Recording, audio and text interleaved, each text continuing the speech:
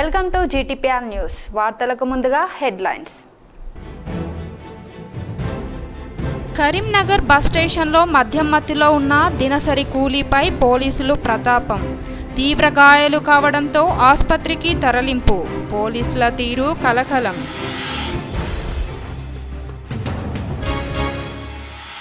బాకీ కార్డుపై బీఆర్ఎస్కు బహిరంగ చర్చకు సవాల్ విసిరిన మంత్రి అడ్లూరి లక్ష్మణ్ కుమార్.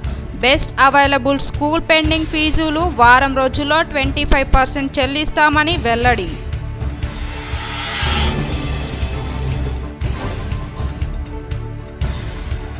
కరీంనగర్ కలెక్టర్ పమేలా సత్పతి స్వయంగా ఆలపించిన ఓ చిన్ని పిచ్చుక చిన్నారి పిచ్చుక వీడియో పాట ఆవిష్కరణ.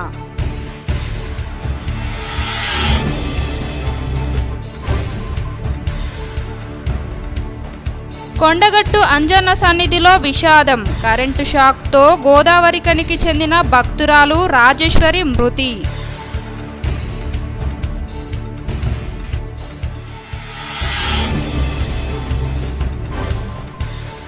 జిల్లా కాంగ్రెస్ పార్టీ అధ్యక్షుడి ఎన్నిక. ప్రజాస్వామ్య పద్ధతిలో ఎన్నుకునేందుకు కార్యకర్తల అభిప్రాయాల సేకరణ నిర్వహిస్తున్నాం. AICC పరిశీలకులు జయకుమార్.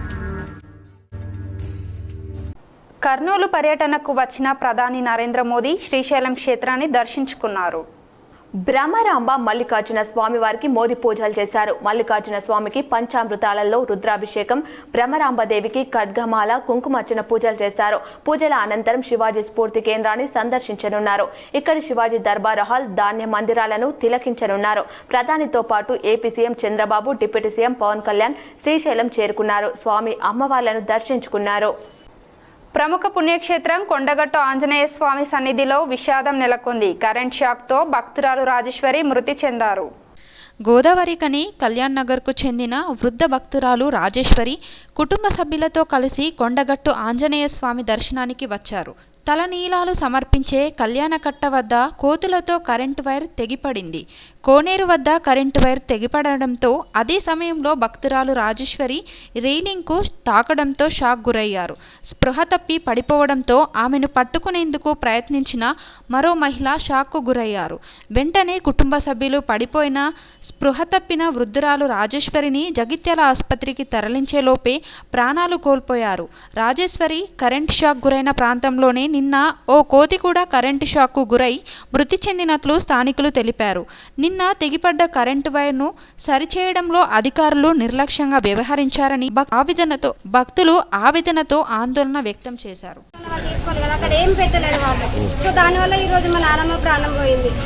అంటే ఇప్పుడు అధికారుల నిర్లక్ష్యం అంటారు. ఎట్లా అక్కడ ఉన్న వాళ్ళు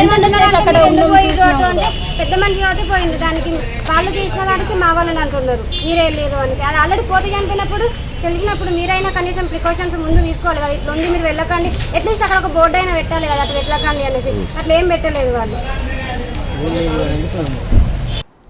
కరీంనగర్ కలెక్టర్ పమేలా సత్పతి స్వయంగా ఆలపించిన ఓ చిన్ని పిచ్చుక చిన్నారి పిచ్చుక వీడియో పాటను ఆవిష్కరించారు. అంతర్జాతీయ బాలికల దినోత్సవం పురస్కరించుకొని మహిళా అభివృద్ధి శిశు సంక్షేమ శాఖ ఆధ్వర్యంలో కలెక్టరేట్ ఆడిటోరియంలో నిర్వహించిన కార్యక్రమంలో కరీంనగర్ జిల్లా కలెక్టర్ పమేలా సత్పతి స్వయంగా ఆలపించిన ఓ చిన్ని పిచ్చుక చిన్నారి పిచ్చుక పాటను ఆవిష్కరించారు. హిందీలో స్వానంద్ కిరికిరే అనే రచయిత రాసి పాడిన ఈ పాటను రచయిత తెలుగు ఉపాధ్యాయులు నంది శ్రీనివాస్ తెలుగులోకి అనువదించగా కలెక్టర్ పాడారు. ఆవిష్కరణ కార్యక్రమంలో SUDA chairman Komatireddy, Narender Reddy, additional collector Ashwini, Tanaji Wakade పాల్గొన్నారు.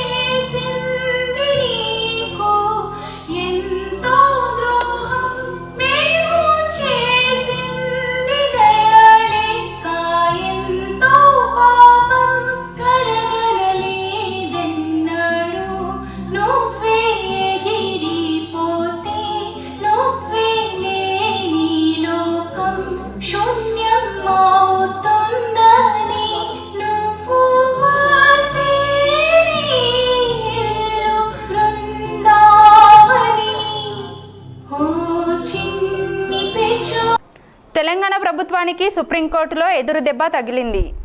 బీసీ రిజర్వేషన్లపై హైకోర్టు విధించిన స్టేను సవాల్ చేస్తూ తెలంగాణ ప్రభుత్వం సుప్రీంకోర్టులో స్పెషల్ లీవ్ పిటిషన్ దాఖలు చేసింది. అయితే పిటిషన్ను విచారించేందుకు సుప్రీంకోర్టు నిరాకరించింది. ప్రస్తుతం ఈ అంశం హైకోర్టులో పెండింగ్లో ఉన్నందున విచారణకు స్వీకరించలేమని స్పష్టం చేసింది. స్థానిక సంస్థల ఎన్నికలు బీసీలకు 42% రిజర్వేషన్లు కల్పిస్తూ జారీ చేసిన జీవో నంబర్ 9పై హైకోర్టు స్టే విధించిన సంగతి తెలిసిందే. హైకోర్టు ఉత్తర్వులను సవాల్ చేస్తూ తెలంగాణ ప్రభుత్వం సుప్రీంకోర్టులో ఎస్ఎల్పీ దాఖలు చేసింది. ఈ పిటిషన్పై ఇవాళ విచారణ జరిపిన జస్టిస్ విక్రమ్ నాథ్, జస్టిస్ సందీప్ మెహతా ధర్మాసనం ఈ పిటిషన్ను కొట్టేసింది. కావాలనుకుంటే ప్రభుత్వం పాత రిజర్వేషన్ల ప్రకారం ఎన్నికలకు వెళ్లవచ్చని సూచించింది. సుప్రీంకోర్టు ఆదేశాలతో సంబంధం లేకుండా తదుపరి విచారణ చేపట్టాలని హైకోర్టుకు సూచించింది.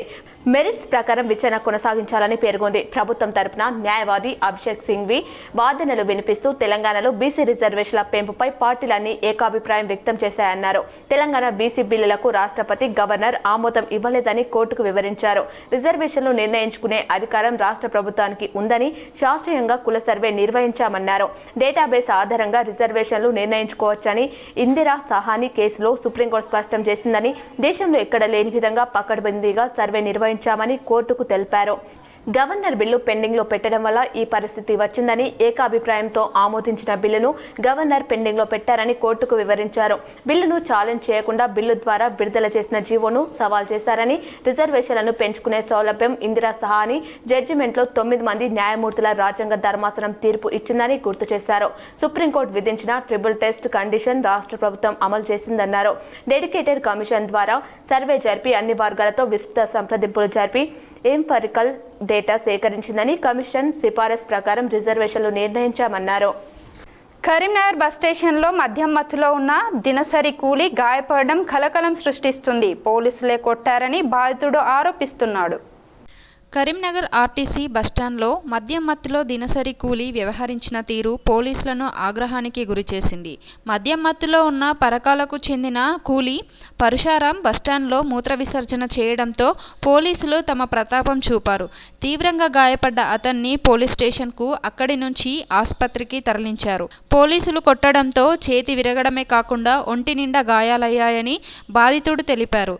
రోజు కూలి పని చేసుకొని రాత్రి బస్ స్టేషన్లో పడుకుంటానని, ఆ మాదిరిగానే రాత్రి బస్ స్టేషన్లో పడుకోగా మూత్రం పోశానని పోలీసులు కొట్టారని బాధితుడు తెలిపారు. పోలీసులు మాత్రం ఈ ఘటనపై నోరు విప్పడం లేదు. గాయపడ్డ కూలీ ప్రస్తుతం కరీంనగర్ ప్రభుత్వ ఆసుపత్రిలో చికిత్స పొందుతున్నారు. ఫ్రాక్చర్ అయ్యిందని, ఆపరేషన్ చేయాల్సి ఉంటుందని వైద్యులు తెలిపారు. బాధితుడు పరశురాం మాత్రం తనకు పోలీసుల నుంచి రక్షణ కల్పించి న్యాయం చేయాలని వేడుకుంటున్నాడు.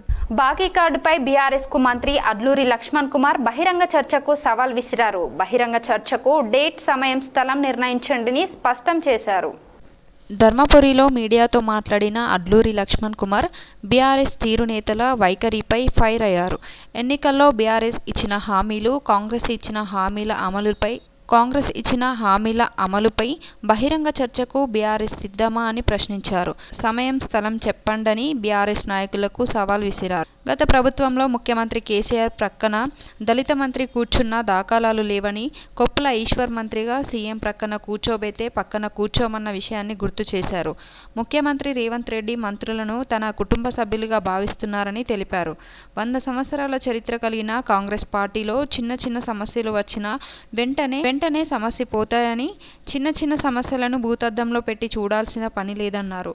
బెస్ట్ అవైలబుల్ స్కూల్ విద్యార్థుల ఫీజు బకాయి గత ప్రభుత్వ పుణ్యమేనని విమర్శించిన మంత్రి అడ్లూరి లక్ష్మణ్ కుమార్ గత 3 ఏళ్లుగా బెస్ట్ అవైలబుల్ స్కూల్ విద్యార్థుల పెండింగ్ ఫీజులు వారం రోజుల్లో 25% చెల్లిస్తామని చెప్పారు. మిగిలిన 75% ఫీజు విడతల వారీగా చెల్లించేందుకు సీఎం సిద్ధంగా ఉన్నారని తెలిపారు. తమ శాఖకు 60 కోట్ల రూపాయల చెక్కులు ముఖ్యమంత్రి రేవంత్ రెడ్డి అందజేశారని తెలిపారు. మేము 2000 రూపాయలకు పెంచిందని మేము మేనిఫెస్టోలో పెడితే మీరు ఎమ్మడే దాన్ని మీరు పెన్షన్ ఇస్తున్నామని చెప్పేసి ప్రకటించారు. మీరు ఏది కూడా ప్రజలకు ఇచ్చిన మాట 2014 మేనిఫెస్టోలో కానీ 2018 మేనిఫెస్టోలో కానీ ఏది అమలు చేయలే.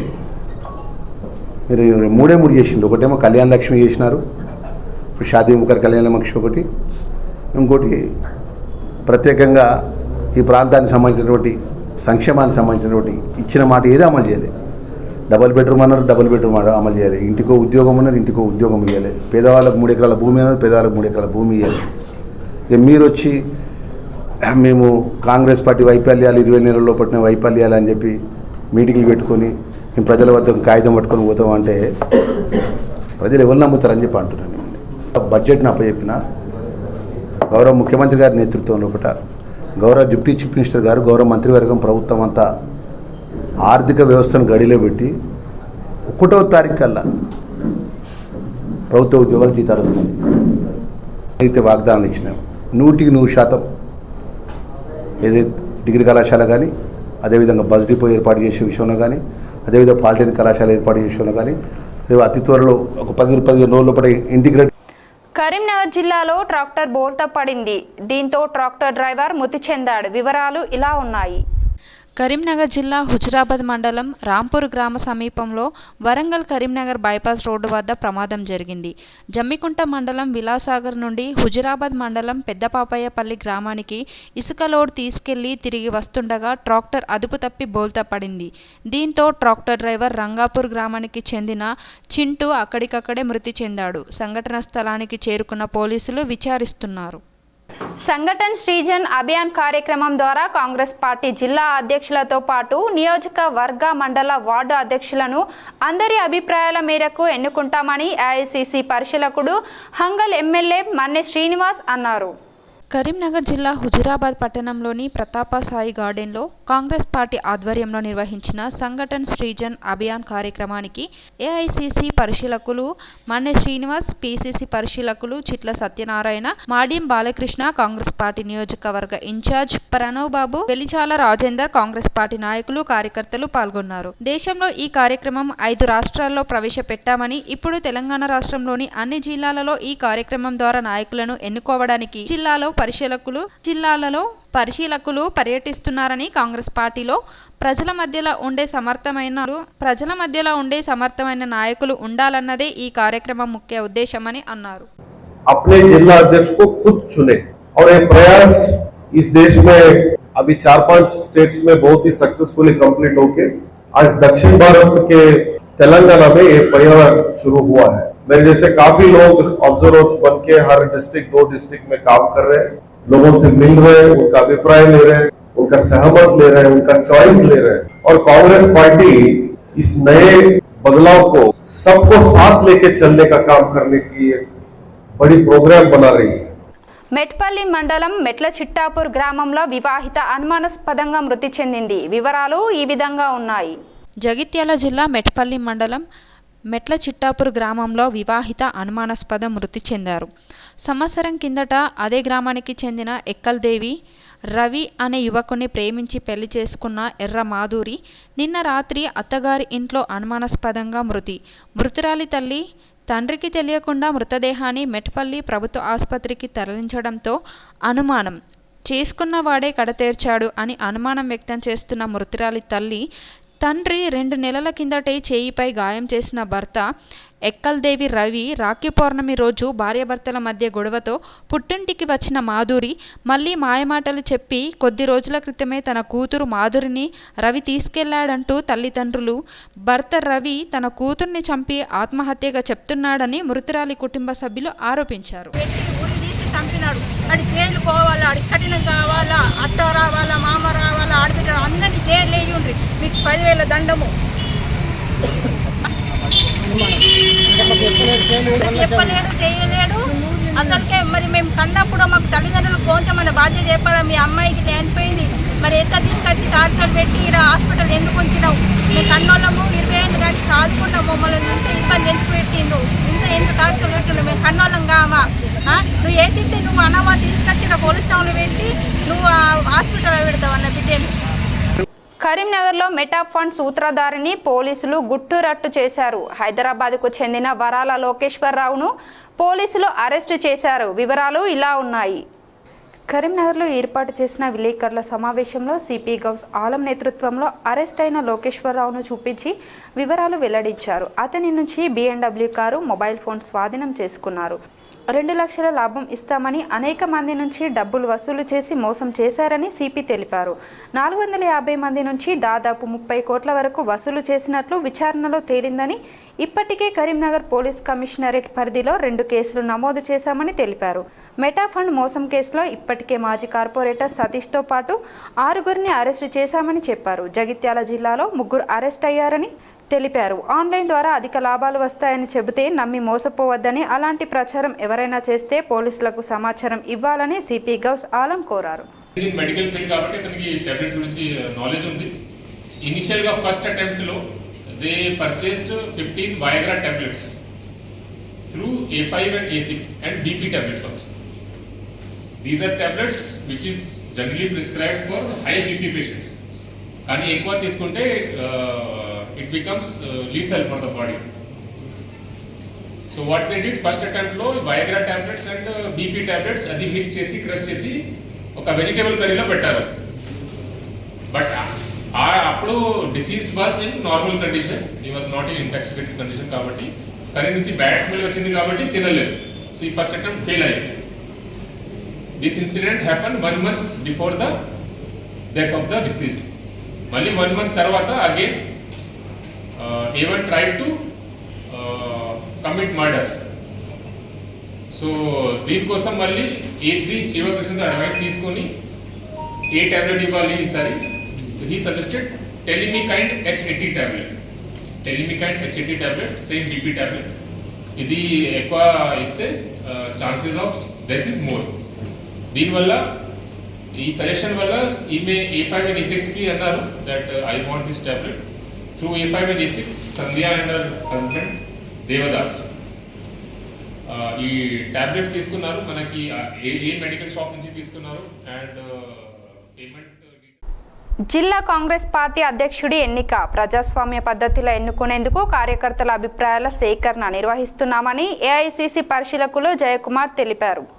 పెద్దపల్లి జిల్లా గోదావరికని ప్రెస్ క్లబ్లో స్థానిక కాంగ్రెస్ పార్టీ నాయకులతో కలిసి తమిళనాడు మాజీ MP Jayakumar, PCC observer Venkatesh, TPCC ప్రధాన కార్యదర్శి రాజేష్ మీడియా సమావేశంలో పాల్గొన్నారు. కాంగ్రెస్ పార్టీ నూతన జిల్లా అధ్యక్ష పదవి నియామకానికి అభిప్రాయ సేకరణ నిర్వహిస్తున్నామని, అధ్యక్ష పదవికి పోటీపడే కార్యకర్తలు ఈ నెల 19 లోపు నామినేషన్ వేయాలని కోరారు. తమకు అందిన నామినేషన్లను ఈ నెల 22న మల్లికార్జున ఖార్గేకు అందించిన అనంతరం పార్టీ అధిష్టానం అధ్యక్షుల నియామకం చేపడుతుందన్నారు.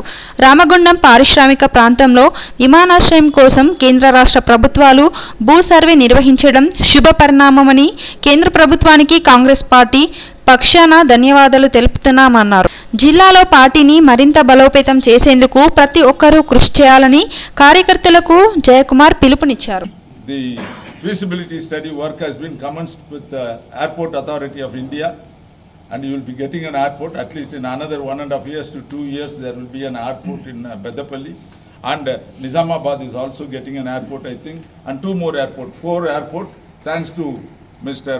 Revanth Reddy. I am very close to Revanth Reddy. I may say this, though it is not part of the press briefing.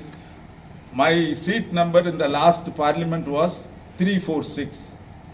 And my brother Revanth Reddy's seat number as a member of parliament was 345. He sits on my left, and one Jyotimani, she is a member from Karur constituency where this 41 people died, and she was on my right.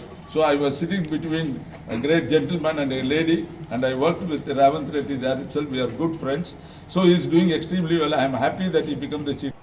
వార్తలు ముగించే ముందు మరోసారి ముఖ్యాంశాలు చూద్దాం. Karimnagar bus స్టేషన్లో మద్యం మత్తులో ఉన్న దినసరి కూలీపై పోలీసులు ప్రతాపం. తీవ్ర గాయాలు కావడంతో ఆసుపత్రికి తరలింపు. పోలీసుల తీరు కలకలం.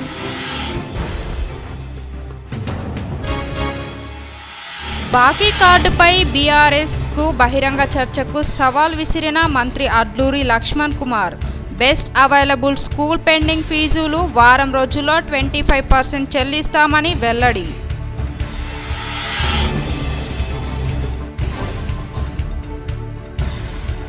కరీంనగర్ కలెక్టర్ పమేలా సత్పతి స్వయంగా ఆలపించిన ఓ చిన్ని పిచ్చుక చిన్నారి పిచ్చుక వీడియో పాట ఆవిష్కరణ.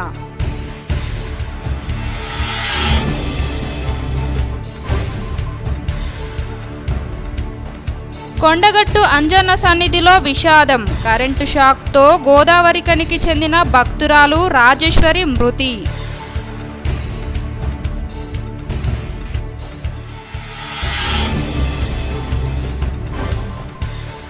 జిల్లా కాంగ్రెస్ పార్టీ అధ్యక్షుడి ఎన్నిక. ప్రజాస్వామ్య పద్ధతిలో ఎన్నుకునేందుకు కార్యకర్తల అభిప్రాయాల సేకరణ నిర్వహిస్తున్నాం. ఏఐసిసి పరిశీలకులు జయకుమార్. ఈ వార్తలు ఇంతటితో సమాప్తం. తిరిగి ప్రసారమయ్యే వార్తల్లో మళ్ళీ కలుద్దాం. అంతవరకు చూస్తూనే ఉండండి మీ GTPL.